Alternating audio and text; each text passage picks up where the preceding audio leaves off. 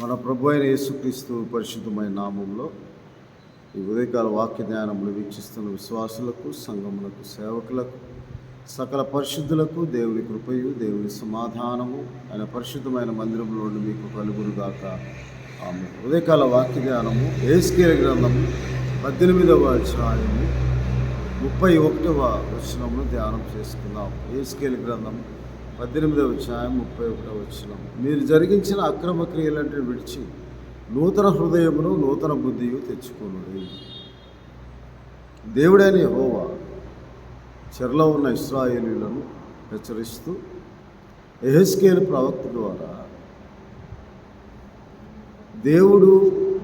దేవుని మార్గము న్యాయము కాదని చెప్పుచూ ఉన్న సమయంలో 29వ వచనంలో యెహోవా మార్గం న్యాయం కాదని ఇశ్రాయేలు చెప్పుచున్నారు, కానీ ఇశ్రాయేలులారా, నా మార్గము న్యాయమే కానీ మీ మార్గము న్యాయము కాదు. మీ మనసు త్రిప్పుకొని మీకు శిక్షాకారణము కాకున్నట్లు వాటిని విడిచిపెట్టుడి అక్రమ క్రియలను, నూతన బుద్ధియు నూతన హృదయము తెచ్చుకునుడి అని దేవుని వాక్యంలో రాయబడి ఉంది. ఈ నూతన బుద్ధి, నూతన హృదయము దేవుని వైపు తిరుగుట, మన పాపమును ఒప్పుకొని దేవుని విసర్జించిన కాలము, దేవుని ఎడల తిరుగుబాటు చేసిన సమయంలో మనం విడిచిపెట్టి దేవుని వైపు తిరిగి దేవుణ్ణి ఆశ్రయించినట్లుగా దేవుడు తన ప్రవక్తల ద్వారా తాను సెలవిచ్చిన మాటలను ఆలకించి అంగీకరించి ప్రభు అయిన యెహోవా వాక్కు మీ మనస్సు తిప్పుకొనుడి, అప్పుడు మీరు బ్రతుకుతురు అని ఇదే ప్రభువుకి యెహోవా వాక్కు అని 32వ వచనం ఆఖరి భాగంలో రాశారు.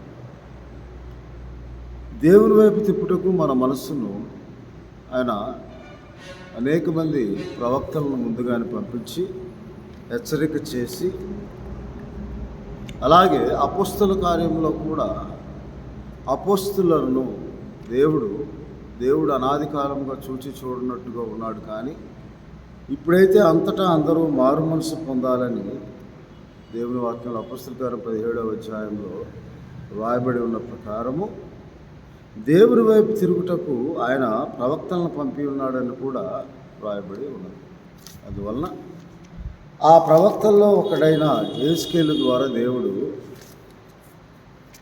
తన మార్గమును గూర్చి, దేవుని వైపు తిరుగుటను గూర్చి సమూయేలు మొదలుకొని మోషేతో ప్రారంభమై సమూయేలు మొదలుకొని వారు దేవుని వైపు తిరగాలని ప్రవక్తలను పంపినను, వారు చెవియొగ్గుకుంటురి అని. పెందరకాడ లేచి నేను నా ప్రవక్తలను పంపినను, మీరు చెవియొగ్గు ఉన్నారని ఇర్మియా ప్రవక్త అంతయు గ్రంథంలో 7వ అధ్యాయంలో దేవుడైన యెహోవా సెలవిస్తూ, పెందరకాడ లేచి నేను నా ప్రవక్తలను పంపినాను, మీరు నమ్మక నా వాక్యము నిర్లక్ష్యం చేసి ఉన్నారని చెప్పి దేవుడు అనేక మార్లు వారిని హెచ్చరిస్తారు. ఆ హెచ్చరికను వారు జ్ఞాపకం చేసుకునక యెహోవా దృష్టికి వారు కీడు చేయుటకు తమ దేవుడైన యెహోవా పక్షముగా దేవుని వాక్యమును ప్రకటిస్తున్న ప్రవక్తలు నిర్లక్ష్యం చేసి దేవుని మర్యాద ప్రకారము దేవుడు పంపిన ఆజ్ఞలను అంగీకరించక 2వ రాజుల గ్రంథం 17వ అధ్యాయము 32వ వచనంలో, మరియు జనులు యెహోవాకు భయపడి ఉన్నత స్థలం నిమిత్తం సామాన్యులో కొందరిని యాజకులుగా చేసుకునగా వారి జనుల పక్షంలో ఉన్నత స్థలములలో వారు బలులు అర్పించిరి. ఈ ప్రకారముగా వారు యెహోవా యందు భయభక్తులు గలవారై ఉండి తాము ఏ జనములో పట్టబడితిరో ఆయా జనుల మర్యాద చొప్పున తమ దేవతలను పూజించుచు ఉండిరి. నేటి వరకు తమ పూర్వ మర్యాదల ప్రకారం వారు చేయించు ఉన్నారు.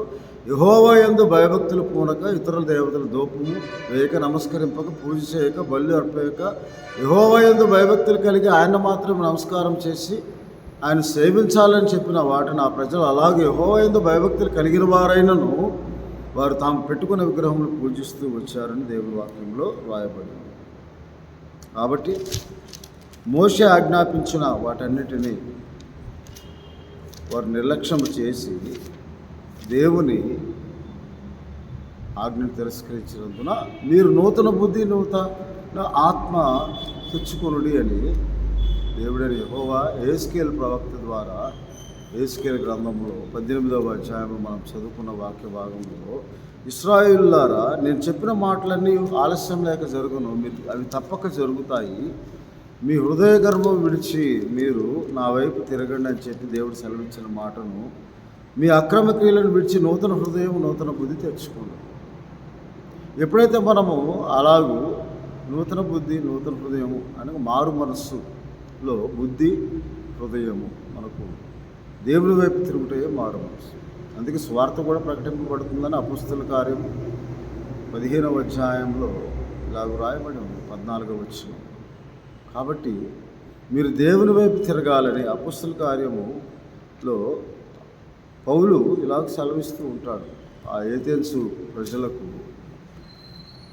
మీరు దేవుని వైపు తిరగాలని మాత్రమే మేము స్వార్థను ప్రకటిస్తున్నాము, కానీ మీరెందుకు ఇలాగ చేయుచున్నారు అని దేవుని వాక్యంలో అపొస్తలుల కార్యము 14వ అధ్యాయము 15వ వచనంలో, అయ్యలారా, మీరెందుకు ఇలాగ చేయుచున్నారు? మేము కూడా మీ స్వభావం బట్టి నరులమే. మీరు ఈ వ్యర్థమైన వాటిని విడిచిపెట్టి ఆకాశమును భూమిని సముద్రము వాటిలో సమస్తమైన సృష్టించిన జీవము గల దేవుని వైపు తిరగవాలని మీకు సువార్త ప్రకటిస్తూ ఉన్నాను అని చెప్తారు.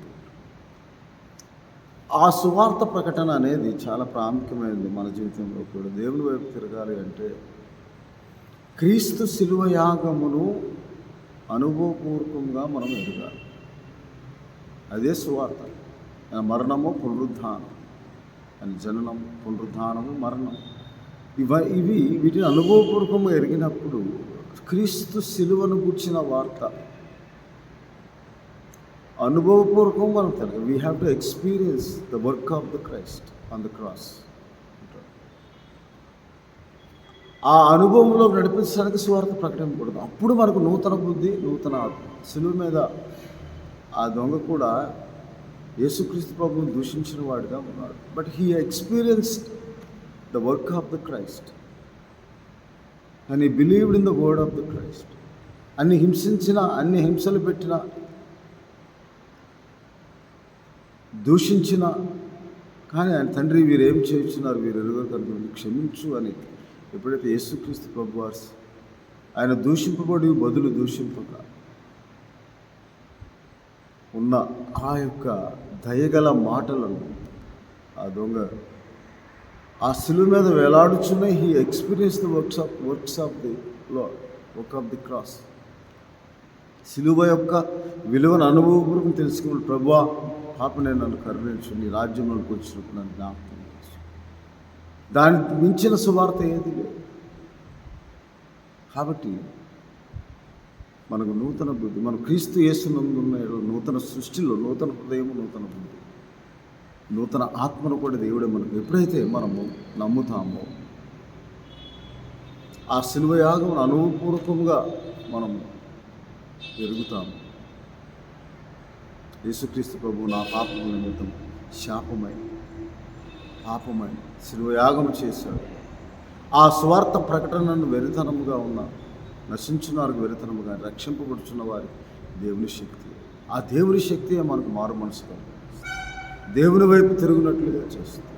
నూతన బుద్ధిని నూతన ఆత్మను కూడా ఇచ్చేది దేవుడే అని యెహెజ్కేలు గ్రంథము 11వ అధ్యాయంలో దేవుని వాక్యంలో ఇలా రాయబడి ఉంది. యెహెజ్కేలు గ్రంథము 11వ అధ్యాయంలో 19వ వచనంలో, ఎప్పుడైతే మనము అలాగూ దేవుడి వైపు తిరుగుటకు ఆ స్వార్థ ప్రకటన అనగా అనాదిగా ప్రవక్తలు ప్రకటించిన దేవుని వాక్కును అపోస్తలుల ద్వారా దేవుడు యేసుక్రీస్తు ప్రభువారు ప్రకటించిన దేవుని రాజ్య సువార్తను, రక్షణ సువార్తను, యేసుక్రీస్తు ప్రభువును గుర్చిన సువార్తను, ఆయన శిలువ యాగమును గుర్చిన సువార్తను, శిలువను గుర్చిన వార్తను ప్రకటించినప్పుడు, పునరుద్ధానం గుర్చిన సాక్ష్యం వారు ఇచ్చినప్పుడు, ఆయన రాకను గుర్చిన వర్తమాన వాక్యం ప్రకటింపప్పుడు దేవుని వాక్యం అని నమ్మి, నిజమని నమ్మి అది తప్పక నెరవేరుస్తుందని మన హృదయం మీద విశ్వసించినప్పుడు 19వ వచనంలో 11వ అధ్యాయం యెహెజ్కేలు గ్రంథం, వారి నా కట్టడలను నా విధులను అనుసరించి గైకొన్నట్లేదు వారి శరీరంలో నుండి రాతి గుండెను తీసివేసి వారికి మాంసపు గుండెనిచ్చి వారికి ఏక మనసు కలుగజేసి వారి యందు నూతన ఆత్మను పుట్టించదును. అప్పుడు వారు నాకు జనులై యందు నేను వారికి దేవుడునై ఉండుతాను. నూతన ఆత్మ మనకు అవసరం. ఆ నూతన ఆత్మలో దేవుడైన యెహోవా యెహెజ్కేలు గ్రంథంలోనే ఇలాగ దేవుని వాక్యంలో రాయబడి 36వ అధ్యాయము 26వ వచనం, నూతన హృదయము మీకు ఇచ్చేదను, నూతన స్వభావము మీకు కలుగజేశాను. రాతి గుండెను మీరు అంటే కఠిన హృదయం తీసివేసి, నమ్మని హృదయమును, విశ్వసించని హృదయమును తీసివేసి, కఠిన హృదయం తీసివేసి, మాంసపు గుండెను మీకు ఇచ్చేదను, నా ఆత్మను మీ యందు ఉంచేదను అని దేవుని వాక్యంలో రాయబడి. కాబట్టి అప్పుడు మీరు నాకు జనలేదు, నేను మీకు దేవుడు ఉంటాను. ఆ నూతన బుద్ధి, నూతన ఆత్మ, అది వినుబుద్ధిగా దేవుడు ఉదయంలో మనకు అనుగ్రహిస్తాడు. ఆయన మాటను ఆలకించు. యెషయా గ్రంథం 50వ అధ్యాయం 3వ వచనం, శిష్యునకు తగినట్లుగా వినుబుద్ధిని ఉదయంలో నాకు కలుగజేస్తాడని దేవుడి వాక్యంలో రాయబడి. ఆ నూతన బుద్ధి, నూతన స్వభావము, అది ఇర్మియా గ్రంథంలో ఇలాగ దేవుని వాక్యంలో రాయబడి ఉంది. ఇర్మియా గ్రంథంలో, కాబట్టి మీకు మీ క్రియల ఫలం మీరు అనుభవించినట్లు నేను 32వ అధ్యాయం ఇర్మియా గ్రంథంలో 39వ వచనంలో, మేలు కలుగుటకే వారికి నిత్యము నాకు భయపడినట్లు నేను వారికి ఏక హృదయమును ఏక మార్గము దయచేయుదును, వారి మేలు చేయుట మానుకుంటున్నట్లు నిత్యమైన నిబంధన వారితో చేయుదును, వారు నన్ను విడవకుంటున్నట్లు వారి హృదయంలో నా ఎడల భయభక్తులు పుట్టించేదును, వారికి మేలు చేయుటకు వారు ఎంతో ఆనందించున్నాను, నా పూర్ణ హృదయంతో నా పూర్ణ ఆత్మతో నిశ్చయముగా వారిని నాటెదను. కాబట్టి దేవుడు ఉద్దేశించినట్లు మనము